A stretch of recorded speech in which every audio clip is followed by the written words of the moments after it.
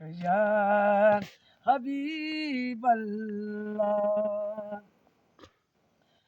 हाँ, ज़मीं तुला मका ताई हुकूमत मुस्तफ़ा दी है, हुकूमत मुस्तफ़ा दी है। ज़मीं तुला मका ताई हुकूमत मुस्तफ़ा दी है। इता मुजरम पबरी थी दे अदालत मुस्तफ़ा दी है।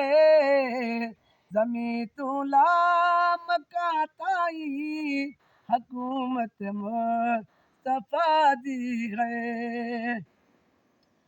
नबी हो बने वली हो बने उमर होवे अली होवे। खुदा दे बाद हर हिक को ज़रूरत मुस्तफ़ा दी है। ज़मीं तुला मका ताई हुकूमत मुस्तफ़ा दी है, हुकूमत मुस्तफ़ा दी है। इता मुजरम पबरी थी दे अदालत मुस्तफ़ा दी है। ज़मीं तुला मका ताई हुकूमत मुस्तफ़ा दी है। सारे एहसान मदनी दे केड़े केड़े दसावा में, केड़े केड़े दसावा में।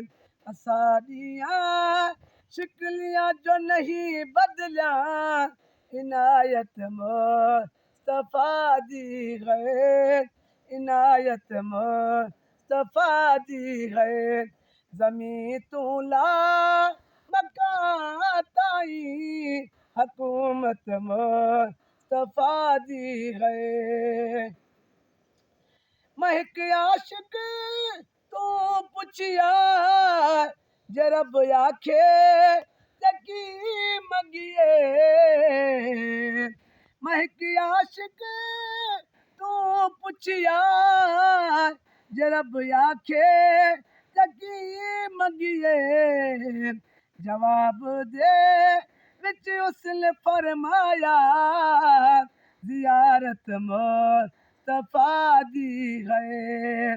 ज़मीं तुला मका ताई हुकूमत मुस्तफ़ा दी है। इथा मुजरम पबरी थी दे अदालत मुस्तफ़ा दी है। सारे माशर आखे सी रब गुस्ताखो घर घर हुण पास आओ। आशिक मोहम्मद दे जन्नत मुस्तफ़ा दी है। ज़मीं तुला मका ताई हुकूमत मुस्तफ़ा दी है। इथा मुजरम पबरी थी दे अदालत मुस्तफ़ा दी है, अदालत मुस्तफ़ा दी है। गुनाहगारो न घबराओ आका वसीला है। सदा इको अकीदा है शफात मुस्तफ़ा दी है। ज़मीं तुला मका ताई हुकूमत मुस्तफ़ा दी है। इथा मुजरम पबरी थी दे अदालत मुस्तफ़ा दी है। जवे नासिर अमला वाली मेरे पल्ले कुछ भी नहीं। जवे नासिर अमला वाली मेरे पल्ले कुछ भी नहीं, फकत उम्मीद है बख्शिश दी, मोहब्बत मुस्तफा दी है, मोहब्बत मुस्तफा दी है। जमी तूला मक्का ताई, हुकूमत मुस्तफा दी है।